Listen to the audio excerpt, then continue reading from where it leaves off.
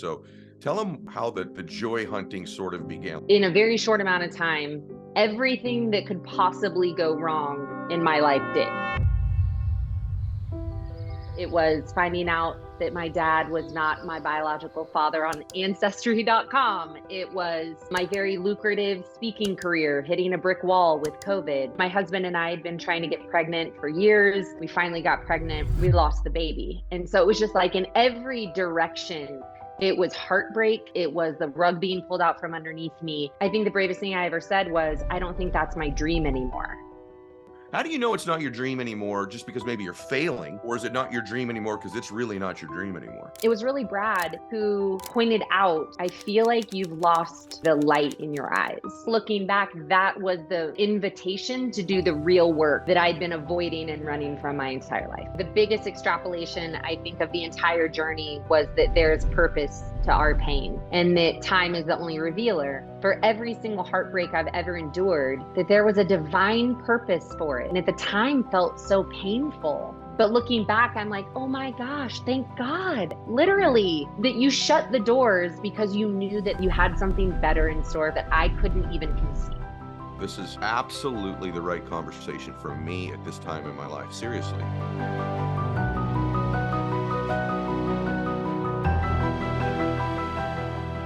Okay, everybody, welcome back to the show. So my guest today, I thought I had never met before, and then we just started to talk off camera, and it turns out like I know her family really, really well, and we've been in the same place for like 11 or 12 years off and on, and we recognize each other's faces, and so we actually have a connection we didn't even know that we had, and I'm grateful for it because as I was reading her work, I have to tell you, I felt so connected to her.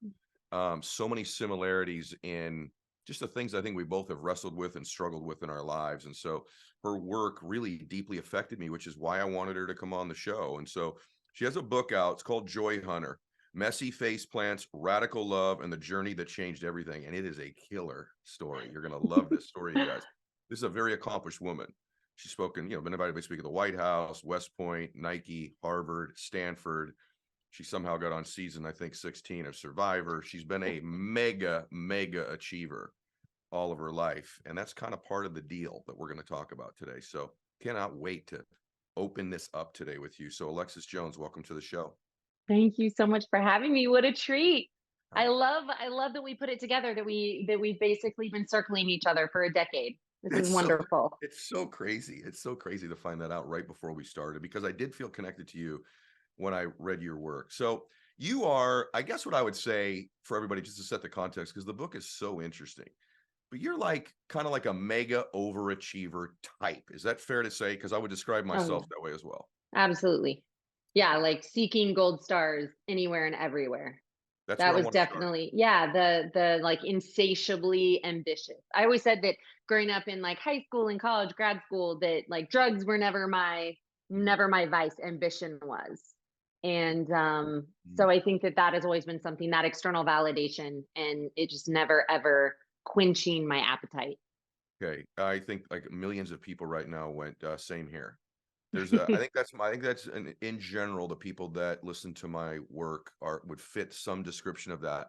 And I want to start what you said in the book because it struck me like a lightning bolt. But you kind of see, I'll say it my way and then you fix it, okay? But I want you to talk about this because this may be an eye opener for so many people. Just this one thing, which is that essentially you conflated love with attention or acknowledgement. And man, do I relate to that. I think the only time in my life as a child that I felt loved was if I had achieved something. And I think that started to wire me for that pattern. So let's just start right there in the beginning, then we'll talk about the Yeah. journey. Yeah, that was beautifully said. I think that similarly, and again, just different synonyms, I associated external validation for self-worth.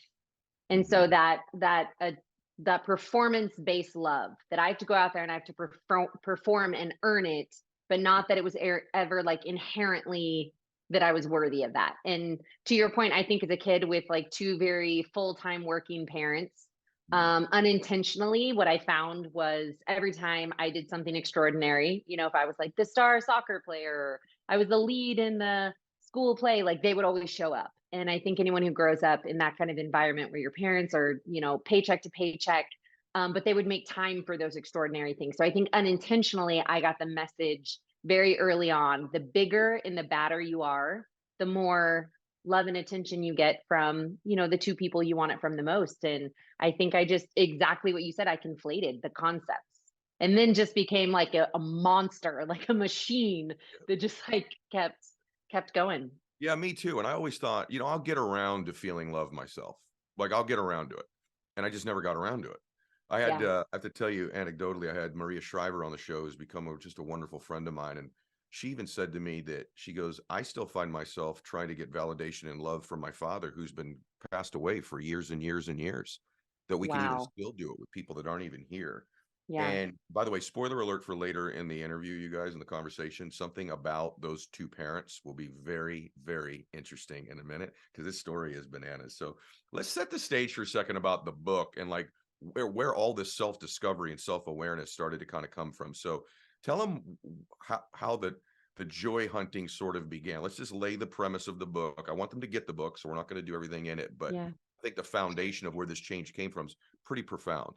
Yeah, I mean, I think for me, it was just like everything, like checking all the boxes, like you were saying, like climbing the mountain, never having time, like being so over scheduled, over exhausted, overworked, but never having time to really sit with, is any of this actually make me happy? Like, is this the life I actually want? And so I'm just sitting there climbing up the mountain. And then all of a sudden, in a very short amount of time, everything that could possibly go wrong in my life did.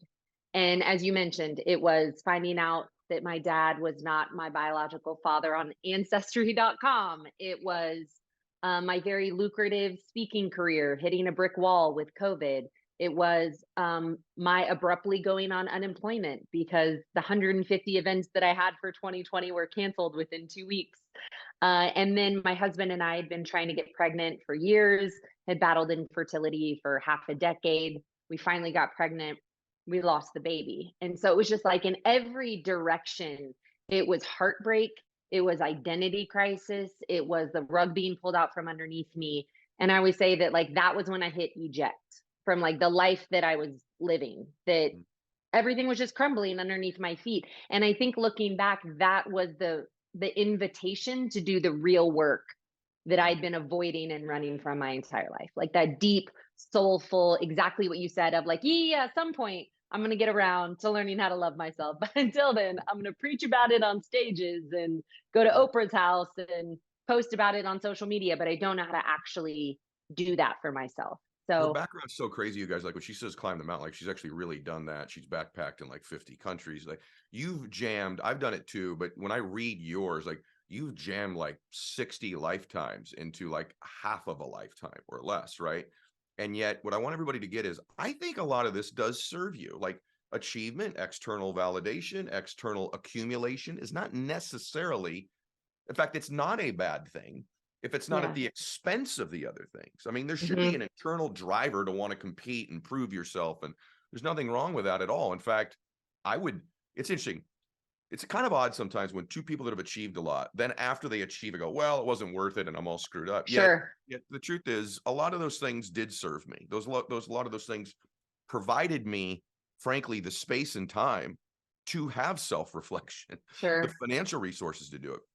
But also the other people around us suffer because you said something about your inability to love other people if you don't what yourself. I want you to finish that sentence, but it's Yeah. super valid because I used to say, man, I'm great at giving love to everybody else, but I just don't feel it myself. But when I read what you said there, I went, I wonder if I do love people to the extent that I could Yeah. because of this limitation of how I feel about me. So let's go Sure. there.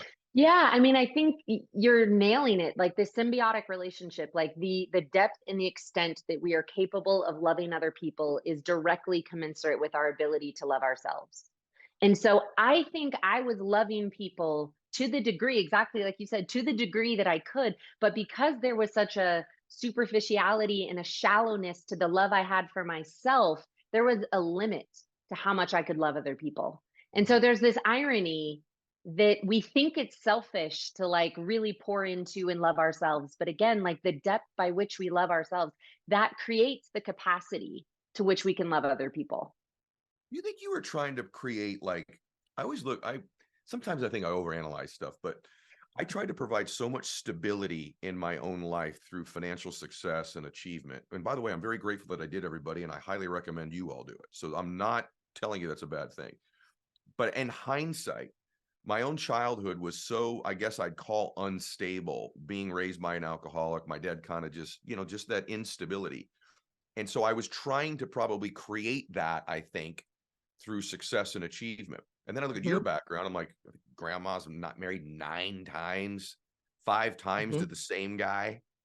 I Yep. think, is it right that your mom was married 5 times too? Yeah, my mom was married 5 times. There Guys, were are you we hearing thought this? 3 dads between 5 of us. We would find out it was 4 dads between 5 of us.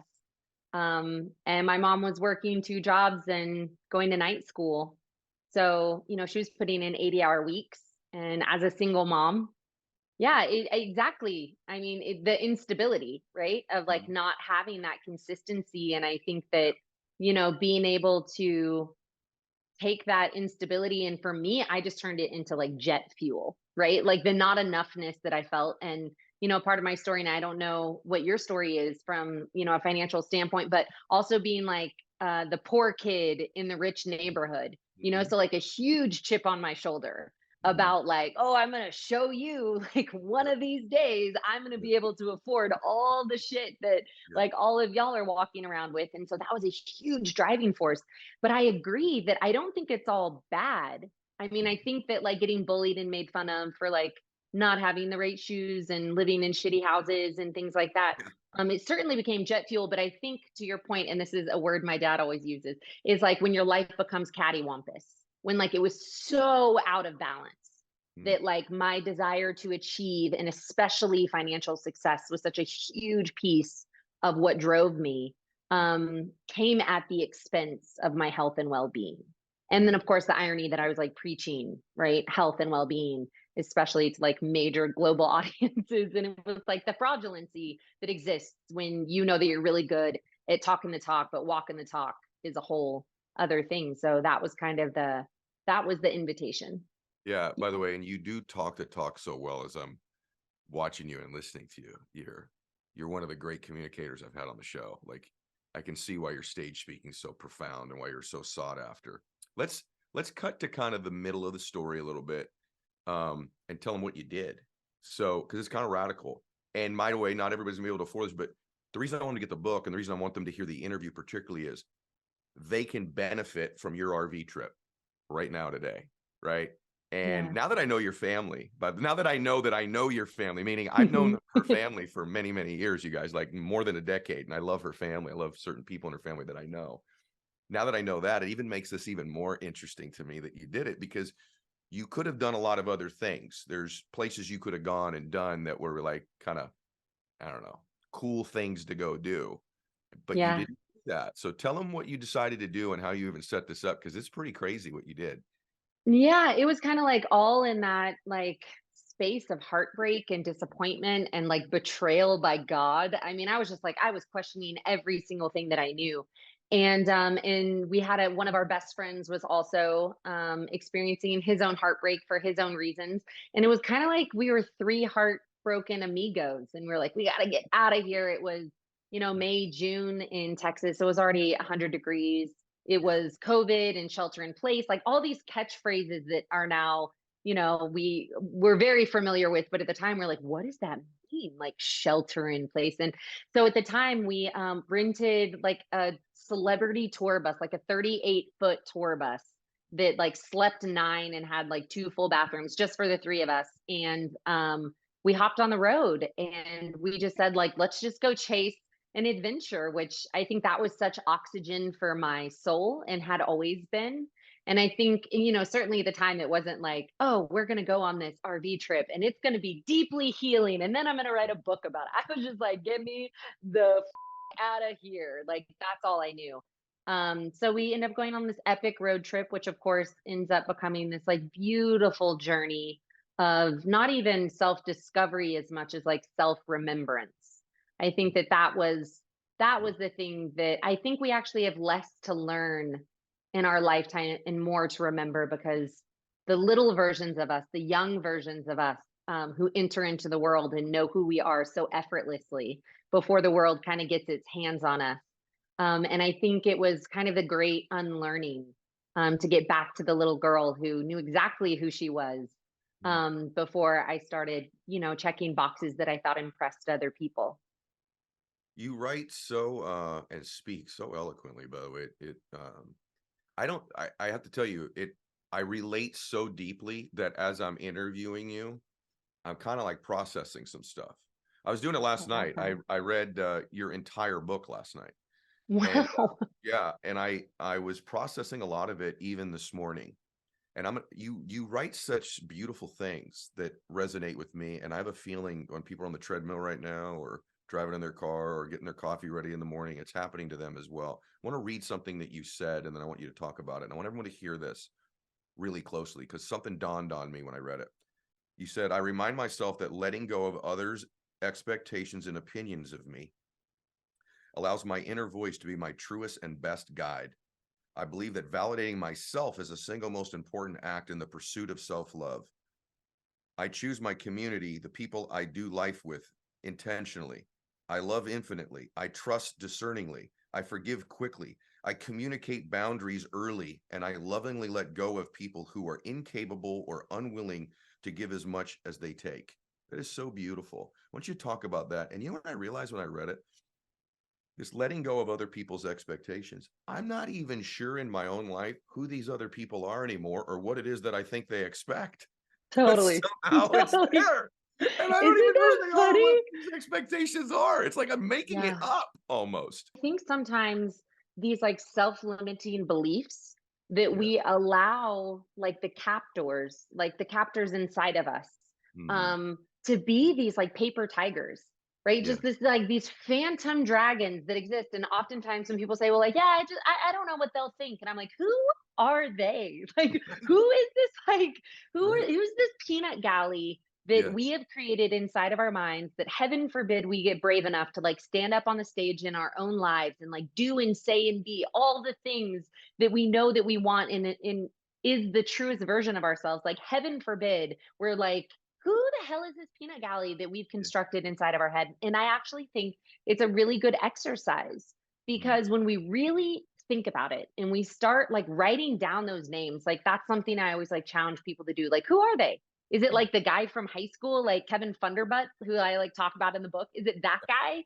Yeah. Because like, by the way, like Facebook them, like see what that guy's up to nowadays, And Right. but it continues to be a spiritual practice of acknowledging and letting go. Because Mm. I think the idea that like we're just gonna like snap our fingers and like suddenly not give a damn what people think, like it is part of the human condition to Mm. care. And I actually think it is a beautiful part of the human condition to care what people think about us and to seek that love and validation. And at the same time, what I've learned now, and I mean, this is a bit from Brene Brown's philosophy, but the idea of like, if you are not in the arena with me, and I literally have a list of like my favorites on my phone, which are Yeah. about 10 to 15 people. And even when the book came out, it was a really good exercise of like 3 years of internal work. And I remember when the book came out, and I made a point to say, the people who get to have an opinion that matters to me are these 10 to 15 people that are on my favorites on my phone. Everyone else is what it is. And like, I think it's as dangerous to believe the criticism as much as it's dangerous to believe the praise. Because inevitably, from strangers, and especially with social media today, so I think that idea, it is a spiritual practice for me every day. And I actually did a post a couple days ago because some dude named Steve from USA posted like a super heinous thing on Amazon, review on Amazon, which was really just like a wild personal attack. And I Yeah. posted it on social media and basically said, like, the Stevens of the world are always going to exist. Like, the haters are always going to hate. Yeah. And regardless, like, having an emotional buoyancy that Wow. exists from like the love and support from the people who are in the arena of your life, Yeah. those people's opinions get to matter. And Yeah. I think that I'm not above it. And that's why I'm saying, like, for a minute, I like read Steve's review and I was like, what? Who Yep. is this guy? And then my next thought was like, deep breath so I can respond and not react.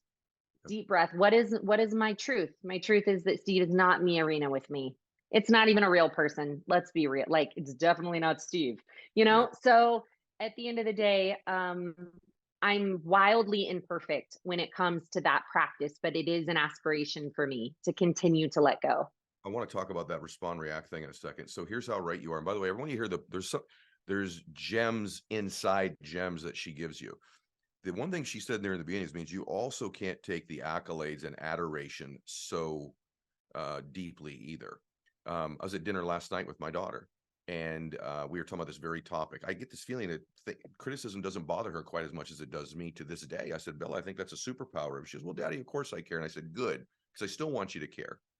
And actually, as I was saying it, someone bought my dinner. There was a fan of mine in the restaurant that the server came over and bought my dinner and wrote me a long letter while they were sitting there too. Beautiful letter. And she goes, read it. And I go, oh, come on. And I read her the letter. And I said, isn't that beautiful? Isn't that wonderful to know? But I said to her, I said, Bella, the one thing is, if you start to buy in too much to how amazing you are, the flip side of that coin is the other one as well. So I'm grateful I've helped this person. They are a beautiful soul for taking the time to write this letter and buy our dinner. But I don't want it to impact, I don't want to live for that, because now I'm addicted to the same side, other side of the same coin on the criticism. You got to really evaluate this, everybody. Really important thing she said right there. And because if you start chasing all of that, then you're going to feel a whole bunch of more pain when you get the adversary stuff. What about this respond versus react? You said it in the book.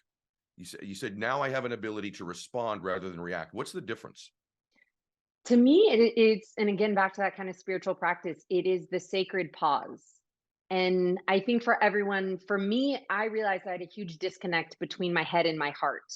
And there was something about my mind always took over and was always thinking, but I was never feeling. And that was like a big shift over kind of that internal work. And what I realized was this idea that for so long, something would happen in my life, right? It would be like a text or an email from someone, or someone would say something, and I would have this huge, like, physical reaction, and I could feel it like welling up in my body. And for me, it was like usually in my chest, and I'd get really big, and like all my muscles would flex, and I'd be like, who does she think she is? And like my Yeah. voice would change. And what I've noticed now is when I get that surge of energy, which almost always it was a big reaction, and almost always it was directly tethered to some form of ego, right? Of me defending myself, or me feeling like, someone was taking a jab, or me feeling threatened or scarcity or whatever it was. And so now, again, very imperfectly, what I notice now is when I have a big reaction, that I take a sacred pause. I take a deep breath, and I feel into my body, and I ask myself, what do you need right now? Hmm. What's really going on? And like a tangible example this morning, I have a 4.5-month-old baby boy, which means like we get no sleep, right? Like deeply sleep deprived, which are like all my interviews, I'm basically doing them drunk, because that's the equivalent of being Yeah. sleep deprived. And so this morning, a very tangible example, my husband and I wake up, and he wakes up and he's like, oh, by the way, I think I'm going to get my hair cut today, and I have a golf tournament, and I kind of had this like big reaction of me being like, you don't get to do all the things that you just want to do, and before you know it, it's like tit for tat, and it's like, well, you just had a girls weekend, and I took a deep breath, and I was like, 1 second. I like put my hand up, and I put one hand on my heart, and I said, you know what, this isn't about your like golf tournament, this isn't about your haircut. That what I'm feeling is that I don't have enough time for myself right now, and what I'm hearing you say is that you don't feel like you have enough time for yourself right now. And he was like, yeah. And I was like, so really, like, we're feeling the same thing, like a paradigm of scarcity around our time. Hmm. How can we best love each other right now? Because like, this isn't what Wow. it's really about, Wow. And he was like, and we both like, the escalation comes down. Yeah. And so I think that's the difference, is that, and later we went and had breakfast, and I was like, by the way, bro, like, high five for like, look at We us de-escalating our look at lives us as like new parents. crushing that fight and burying it. No, good. Totally. Yeah. Yeah. So I think that like I'm a big fan of like, give me something tangible, give me a tangible example. And that was like literally hours ago this morning, That's where I was beautiful. like, that is the difference in me, where I can recognize the difference in a reaction, which again is almost always like my feelings projecting Yeah. like whatever injustice I'm feeling on whatever the situation is, instead of taking like radical responsibility for saying, give me a moment. Let me ask what's really going on. What need is not being met inside of me right now? And how can I honor that and ask for love and support in getting that met? That feels like an entirely different internal Yeah. dialogue. Really good. The applications, everybody, when she's saying this too, and forgive me, I didn't mean to interrupt you No, there. please. I want to say that the applications of that are profound. Something comes up at work today where it's a big bomb dropped on you and it's just a massive challenge and problem, and it's a real one. That pause of what do I need right now? That taking that breath that allows you to respond rather than react can make the difference in whether your company stays in business. You stack up of enough of these where you start reacting and not responding, and your relationship 2 years from now is totally different. You know, Totally all different. of these different things, the application of these things, because at this level, everybody that you're all listening to right now, these are the little things that separate and distinguish your life over the life you don't want. These are important things, and it's great work you did when you wrote this. So a lot of it stuck with me. Like I wrote a lot of it down. Like I didn't just read the book or highlight. I'm like, I'm writing this because I own stuff when I write it. And there's this experience in Jackson Hole where you run into this fisherman. What a cool trip, by the way. I just did a podcast release today on diversity and variety being richness in life. And that's really what you did. Mm, Is you took a time and you went, I'm going to get some experiences I've never had, because I said your brain doesn't change and you don't change if you do the same things with the same people over and over again. That the chances of changing with the same people and the same patterns and the same activities is very small. But when you change, even if it's not something that cost anything, now you've created an environment. And so you run into this fisherman and you had a conversation about being at a crossroads in your life. And the fisherman says, sure, I spent a lot of my life knowing something needed changing. Often that something was me. Or this stranger says this type, but I was too scared to actually do anything about it. So I just stayed stuck in the abyss of doing nothing and wasting so much time, he lamented. After some more reflection, I wrote the following passage in my journal. It takes a lot of courage to be who you really are, and even more to know what you really want and have the guts to go out there in the world and fight for it. All of that is easier said than done. Have you, yeah. from that day, did that change for you? Because I even think as I'm reading it, man, I'm making it sound like I'm better at this stuff than I am. I still am getting around to doing too many damn things in my life. I Yeah. still am sitting here right now talking to you. So that was like a watershed moment for you. Yeah. Yeah, I mean, it was something that kind of like ricocheted inside of me, Hmm. was that idea of like, how much time have I wasted in my life knowing that change needed to happen? Mm-hmm. But change is terrifying. I mean, I think it is like one of the scariest things imbued in our humanity is the fear of change and like what is on the other side of that. So for me, it was like kind of the first time that I was like, what does that look like? What does that bravery look like? Because as you mentioned early, I think that I had a definition of bravery that was jumping out of planes, that was hiking the world's biggest mountains, that was swimming with sharks, that was starting companies, that was speaking on big stages, like again, all these very external things. And I'd found that it was really easy for me to be courageous professionally. And there was so much timidity for me in my personal life. And so one of the bravest things I ever did was the following conversation I had with my husband when I said, I think I want to move to Montana. Which it's so funny when we look at these moments in our life where we can be so brave in some areas of our life and so shy and scared and timid in other parts of our life. And that felt like to this day is probably the bravest thing I ever fought for, Hmm. was saying, you know, we have this beautiful life in Austin. We're two hometown kids. We were building our dream house at Driftwood, which his dad was now overseeing another discovery property in Austin. I mean, it was like, again, you know, living the dream. Only I think the bravest thing I ever said was, I don't think that's my dream anymore. And then what happens? Reinvention is what happens. And that is terrifying because you're not guaranteed anything. And oftentimes I think we continue to captain the ship of a boat that we think is success because heaven forbid we deboard it and we get onto another one and we're not guaranteed anything. And that was kind of the big fear of like stepping out of Austin was again, two hometown kids and like marrying a Buckman. Are you kidding me? That's like synonymous with like True. success in Austin, Texas, you know? And the biggest thing, scariest thing in the world was going somewhere and establishing a level of anonymity where the freedom to be whoever we wanted, but we didn't have the like embedded legacy of who we were.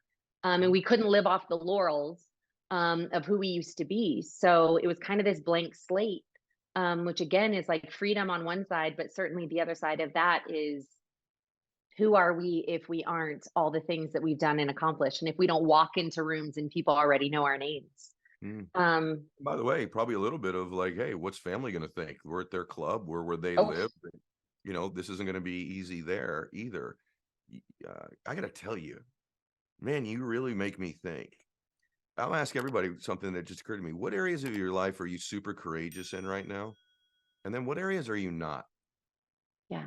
Because you sometimes I think I'm either courageous or I'm not. But the truth is, I Mhm. take lots of courageous. I'm just being. I always am open with my family, my audience here. I'm super courageous when it comes to business Yeah. or work. Like I'll just get out, like you were saying, because that's like an area where I've proven success with most of the risks I've taken. I'm not Yep. so courageous in my intimate relationships of taking risks, of being vulnerable, of being transparent. I don't show a lot of courage in those. I kind of play that safe. I kind of Yeah. keep that stuff on the surface. And so you should ask yourselves that, everybody, where are you courageous? And just because you are courageous in one area of your life doesn't mean you're on the other.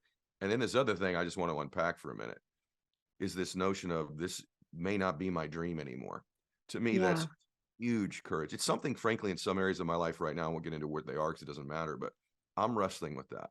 Some things are starting to really heat up in some areas. And I'm like, as I get closer to it, I'm like, uh-oh, I don't think this is my dream anymore. And now I'm Yeah. getting it. And like, do I have the guts to Yeah. go, To get this off the is, train. yeah. Talk about that for a minute because that, I mean, you were really on the train and still are to some extent. Talk about that. Maybe, how do you know? How do you know it's not your dream anymore just because maybe you're failing? Yeah. Or is it not your dream anymore because it's really not your dream anymore? Yeah, I mean, I think, as I talk about in the book, at a certain point, I was kind of being teed up to run for office. And that was like the pinnacle. That was like everything I'd ever worked for. I had been groomed my entire life to go into politics. Like that was always the quote unquote end goal. And all of a sudden, as you said, I think what's even scarier than failure is a dream realized that is no longer your dream. I think that's exponentially more terrifying. And I think it was Brad who was really able, my husband, who was really able to identify it in me because I had gotten so distant from that internal voice that was speaking actual truth. And Mm, I was silencing her and muting her and like hitting snooze every time she tried to hit the alarm of like, bro, I think our dream has changed. And I was like, mm, you shut your mouth. No, it has not. I'm going to yeah. disappoint all these people back to that peanut gallery. Like, who are these people that I think I'm disappointing? But I'm going to disappoint everyone. And it was really Brad who pointed out, I feel like you've lost like the light in your eyes. And it Mm, was just something as like only like such an intimate partner can witness yeah. and can like so lovingly offer that Mm, he was like, having done life with you long enough now, I know when you're genuinely filled with joy about something. And I know when you're going through the motions. mm. And in the book, I retell a little bit of this story, but he was like, don't get me wrong, it's intoxicating to watch you like razzle dazzle people, because we had so much money verbally committed already before we'd ever announced, and like I was on that bullet train. And for him to say like, but my biggest fear is like, I don't know if you really want this anymore. And he was giving me an out. Like he was like, we can get off this train if you want to. And even then I was so at that point driven by what I thought, like driven by shoulds, like what I thought everyone expected of me, that it felt so dangerous and ungrateful. I think that's something else, especially as a woman, like being teed up for, these incredible opportunities. It felt selfish to be Mm, like, I don't know if I want that anymore. right. Um, and so I think for me, it was, the help of a loving partner to really give me permission to say, like, hey, between you and me, like, if you want to get off this train, like I'll make sure, I'll Mhm. speak to the conductor. I'll make sure we Mm. can get off here. Alexis, this So is so good. I just want you to know this is so freaking good. Right now, what we're talking about, like this is the real of life. It's not and all these platitudes and personal development that kind of float around. Like this is the real stuff right here, you guys, that can create a rich, blissful, incredible life. And the thing about the move to Montana and other things too, imagine you're being teed up to run for office. You are a woman. It is obvious that you would be unbelievable at it. I could see why people would think that. It's just amazing how similar our lives are, by the way. And like literally. And but this idea, I don't know if you remember this. I'll tee it up and then what you talk about question marks in life. So that move, when you're pursuing a dream and you got like, there's not a lot of question marks when it's in your core. Like I don't doing a podcast every week or giving a speech. I don't have a lot of question marks, right? Or making a yeah, business deal or evaluating a realist. Like there's some question marks, but I kind of control the question marks. yeah, You know what I mean? But a move like that, or a career change, or the courage to leave a relationship that no longer yep. works for you, or to go back to school, or to leave your job and start your own business, or whatever it might be. Do you remember what you said about the question marks as problems that needed solving as compared to blah? You know what I'm talking about? Compared to what was it, adventures or Yes, this is so good. I'll read it and then you talk okay. about it. It's so freaking good. At some point, I started to look at question marks as problems that needed solving instead of unanswered surprises and the twists and turns on the road on the wild journey of our lives. So now I choose to sit in the temporary discomfort. This is so good of my unfilled dreams, okay with not knowing the final score of the game because I know the game is still being played and the story of my life is still being written. That's a that's one of the best lines of any book ever, period. Because it's exactly what I do. Question, oh, I gotta solve this, I gotta control this, Yeah. I gotta maybe it's okay that I don't know everything. Maybe the Yeah. unknown is where the beauty is. Certainly the excitement. And I Hmm. think as kids, like, when you think so much of our youth is driven by question marks, it's like, I don't know, where am I going to go to college? Or like, Yep. where is my first job going to be? What is my first job going to be? Who's going to be my partner? Like, I could like walk around the corner in the coffee shop and like run into him. Am I going to have kids? Am I not? Am I going to have pets? Like, there's so many question marks because there's so many unanswered adventures in store for us. And when we're young, I think it's part of like what drives our vitality is Right. the unknown and the excitement. And I think as we become adult and like the dial of the seriousness of our life gets turned up, and certainly as our ego starts accruing more and more bullet points, that is like what we hold on to is who we are, then the unknown, it threatens us.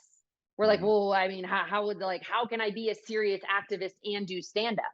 Like that was Yeah. something for me that I told Brad that I was like, at a certain point, like the seriousness of activism, the seriousness of politics, then I have a really like silly, goofy side of me that I feel like only my closest friends could ever see. And I would say, like, yeah, one of these days, like I want to do stand up, but I know I could like never do that and maintain whatever this like identity that I felt had calcified, Yeah. and that I had to protect that at all costs. And I Mm. think that protection prevents us from having the creativity and the vitality and the energy of newness and reinvention because we aren't guaranteed, like you said, success, and we lean into the sunshine of success. So like our entire tree starts like drifting toward the sunshine where we're like, we know we're safe here because we're really good at real estate, or we Mm. like crush business.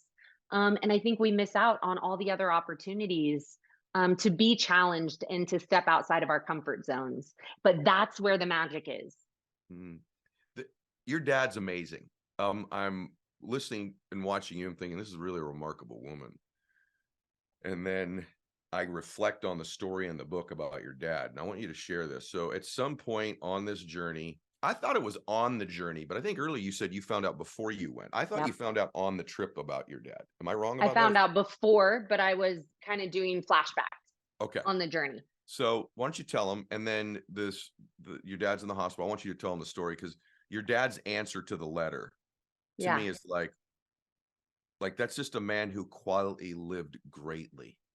Like, Yeah. I'm sure he was a flawed, he was a flawed person like my dad, but Yeah. like there's a greatness and an extraordinariness to how he just lived his life and cared for you.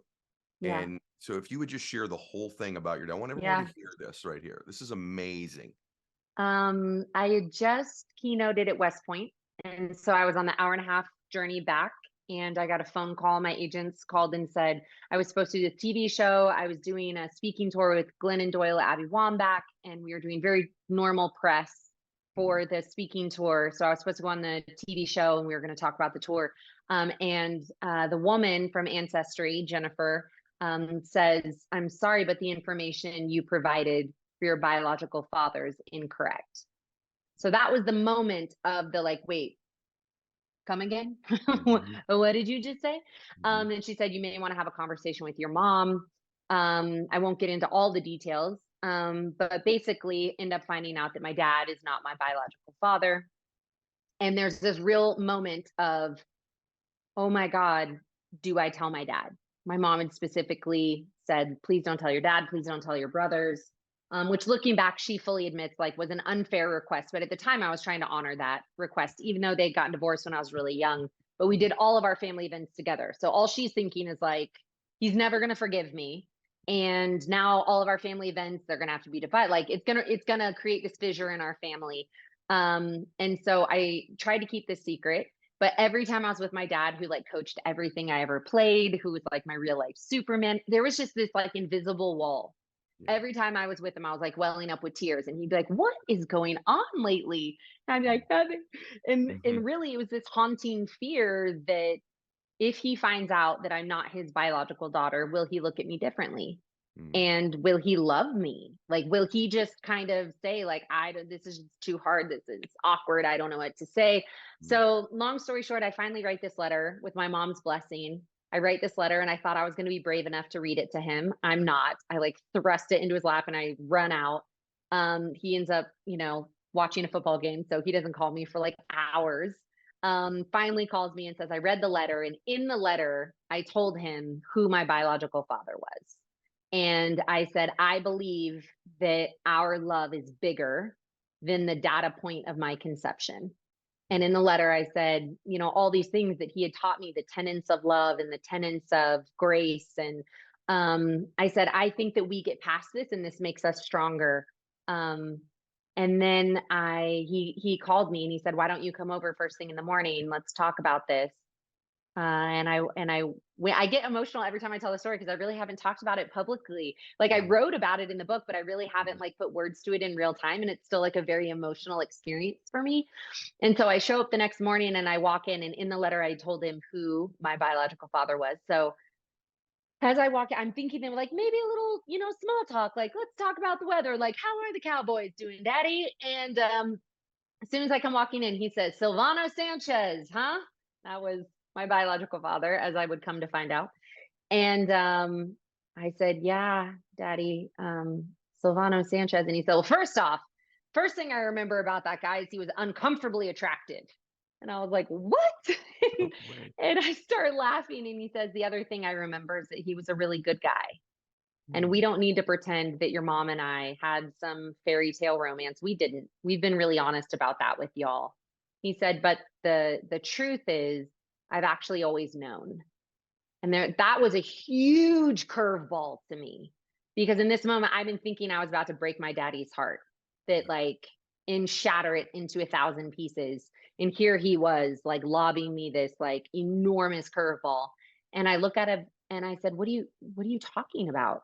And he said, come on, I'm an engineer. I did the math. Your mom and I mean, we were still living together, but we were separated. And all of a sudden she was pregnant, and I wasn't 100% sure, but I was pretty sure. And I was in the hospital when you were born. And I asked your mom, is she mine, when you were born? And your mom kind of gave me a bit of an aloof response. And then the doctors handed you to me. And I looked in your eyes and I chose you. Ooh. And that's it. He was like, that's all you need to know. And he was Mm. like, because parenthood isn't about It isn't about biology. Parenthood is about showing up with a relentless conviction to love someone, like rain or shine, whether you feel like it, whether you don't. And I made that commitment that day to love you, rain or shine. And I will continue loving you. So, the idea that I don't know that parenthood is rooted in anything other than that relentless love. And what's interesting, and of course, the serendipity of the entire thing is years later, when we would have infertility issues, as I chatted about earlier, for years, but eventually we would actually have to hire an egg donor. So I am not the biological mother of my now son. And I remember once we got to that step in the process, and people around me were like, oh my God, that must be so hard. Like, what does that feel like for you? And I remember, like, not that it wasn't a lighthearted decision, but I remember looking at my husband and being like, it doesn't matter, dude, it doesn't matter. Like, the only thing that mattered, like, my definition of motherhood and like my conviction to love my son has nothing to do with whether or not he has my dimples. Like, at the end of the day, I was so confident that I was capable of loving any child. At that point, I was like, I will take any child off this, like, someone just hand me a baby, because we wanted to be parents so badly. But to be a recipient of that kind of love, that kind of voluntary choice, was and continues to be the greatest treasure in my life. And I think is probably from where I always say I'm a billionaire in love. And it's because I've been a recipient of that kind of love. G- Unbelievable. Unbelievable. This man essentially knew this all these years, but probably, I don't know if you realize this or not, but he sort of lived with one of those question marks all of his life, and he was okay with it. So Yeah. ironically, your work relates to that. The fact that he was his dedicated dad and did all the coaching and was involved in everything tells you he knew. I chose you. That just made me cry. And then God's so amazing to choose you to be the mother of a child who's not biologically yours, because you had this journey. It's like, God's awesome. He's God smart. is awesome. It's just Awesome. it's He's like, just I awesome. mean, if there's one through, like if that is not like the thesis of this entire talk, is like, God is awesome. And like, just the idea that, I mean, the biggest extrapolation I think of the entire journey was that there's purpose to our pain, and that time is the only revealer. And so I look back at all of this heartbreak. I look back at this apocalypse that happened, what felt like, to my life and to my career and to my identity and to my ego. And, at the end of the book, I talk about the fact that, like, I think our lives are meant to fall apart, like, over and over and over, because that is the invitation to continue to rebuild something more true and more true and more true of who we really are. Wow. And, when I think about how awesome God is, and how he wove himself, all of these divine inflection points and linchpins throughout my life, that for every single heartbreak I've ever endured, that there was a reason for it, that there was a divine purpose for it. And even like the ending of relationships that felt too soon, that on the other side of it, it was like, because I couldn't imagine, that someone like Bradley Buckman was waiting for me. Like, that was the guy I was going to end up with. And same thing with my career, that, there were parts of it that had to be burned away. Like, the wildfires had to come in, and they had to, burn away the parts that I was too afraid to let go of myself. And that pruning that God did in my life so generously, and at the time felt so painful. But looking back, I'm like, oh my gosh, thank God, literally, that you shut the doors and you took away people and experiences, and even places from us, because you knew that there was something else, that you had something better in store for that I couldn't even conceive. I'm thinking of how you ended up here today.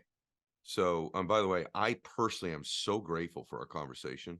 Like, I really am. This is absolutely the right conversation for me at this time in my life, seriously. And to know that I probably get, I'm going to guess that I get 2 to 5,000 guest requests for 50 spots a year. We do, at least, probably more. That's why I gave that range. And all these books. And I remember the email coming in about you, and I'm like, Joy Hunter. I grabbed it. I'm like, all right, I'll consider that one. And then somehow my discernment was like, nope, I'm gonna do this. Then I read the book and I'm like, oh my gosh, I was gonna kind of skim read because I'm behind. I'm like, nope, I'm reading every word. And then so I read everything they gave me, rather. And then before we start to know that I've known your family for, I don't know, 15 years. And then that this is the conversation is like, that's just a God thing. That's for sure a God Hmm. thing. Yeah. And is there something else on this journey that just jumped out at you? Like you said something in the book, I'll just give you things that stood out to me about you kind of spent your life like bracing for the next thing or this. And that word bracing, even for me, like I kind of live that way too often, where like I'm kind of going for the next thing, but I'm also like bracing for the next thing that's going to be bad. And if I just brace Yeah. long enough, I'll be more prepared for it when it comes. Like Totally. if I can think about enough bad crap that could possibly happen, then when it happens, I'll be somehow slightly more Yeah. prepared because I'm over here bracing for it. And it Yeah. just debilitates your energy and robs the people around you. So, what else in this journey stood out to you? Is it something like that? And what was it, would you say? Yeah, I mean, I think I had spent so much of my life, and I don't know if this resonates for you, but growing up with not a ton of stability as a Mhm. child, I think that we do become like professional control freaks, right? I Yes, mean, like we absolutely. become so good at bracing, and like even while you're doing that, I'm like, I was feeling what you were like, I'm flexing, right? Like Mhm. constantly flexing all the Mhm. time, anticipating whatever blows are going to come or Mhm. disappointment or whatever instability is going to kind of pop up. And what I realized, and you again nailed it, was like the amount of energy required Mhm. in rehearsing tragedy. And I think I was someone who was constantly rehearsing every single thing that could go wrong. Mhm. And actually, and again, like there is an upside to that. It makes us really good at business Yeah. because we anticipate every single thing that can go wrong and we have Mhm. a game plan for it. But I think that sometimes we try to unintentionally utilize the strategies that work for us professionally and we try to apply those to our personal lives. And oftentimes it's quite literally the antithesis. And so Mhm. the things that made me successful professionally weren't always applicable to me personally. And so the bracing and anticipating, like there's a place in an arena for it where it is effective and necessary. Mhm. But what I realized was every time I was doing that in my personal life, Mhm. it was not only exhausting, Mhm. but I really think that it siphoned off creativity. And when I say creativity, I mean like the flow, like the co creation that we're doing with the seen and the unseen world, like the Mhm. co creation with God, Mhm. saying, like, how can I flow? How Mhm. can I use a different modality of faith, believing in things that we can't yet see, of trust and surrender, like all these things that I was like, yeah, yeah, yeah, I have those posters too. You know what I mean? Like, I have those memes on my Instagram too. But I just didn't know how to like gracefully dance in the unseen world. And I think that that was the piece that stood out the most was what does it look like to anticipate and rehearse everything going really well? What does that look like? What does that feel like to be in like that frequency of surrender and trust? Mhm. Because again, I think as a child growing up in kind of an unstable house, you don't have a lot of trust. You Mhm. think, for me, I felt like everything was solely on me. Mhm. And especially as an entrepreneur, like as a business person, you're like wearing 15 different hats. And I think the idea that you can like trust that there's like an infinite army out there that's like rooting for you and that everything you're chasing is like chasing you just as hard back and that God has such a divine plan that is unfolding in real time. So guess what? We get to relax.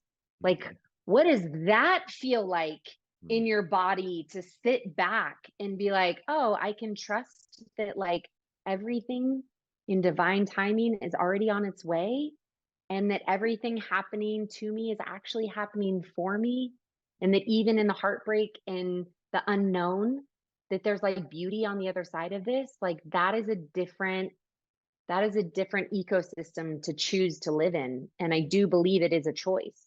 And I think that that was the kind of grand gift and treasure throughout that journey was what does it look like to live from that place? trust, This surrender, faith. this entire conversation has been a gift. Seriously.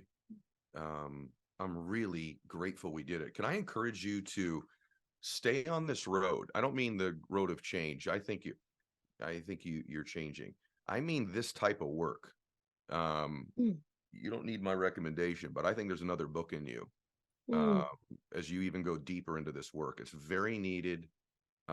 You are perfectly qualified to do this work. You're so articulate and so smart, and what you're saying is so true. I know it because I've lived it. And trust me, everybody, today's conversation is one of those I would play again, and I would definitely share it with people. This is really something to share. Sometimes you tell people, hey, share the show because it's good for the show. You should share the show because this will be good for people.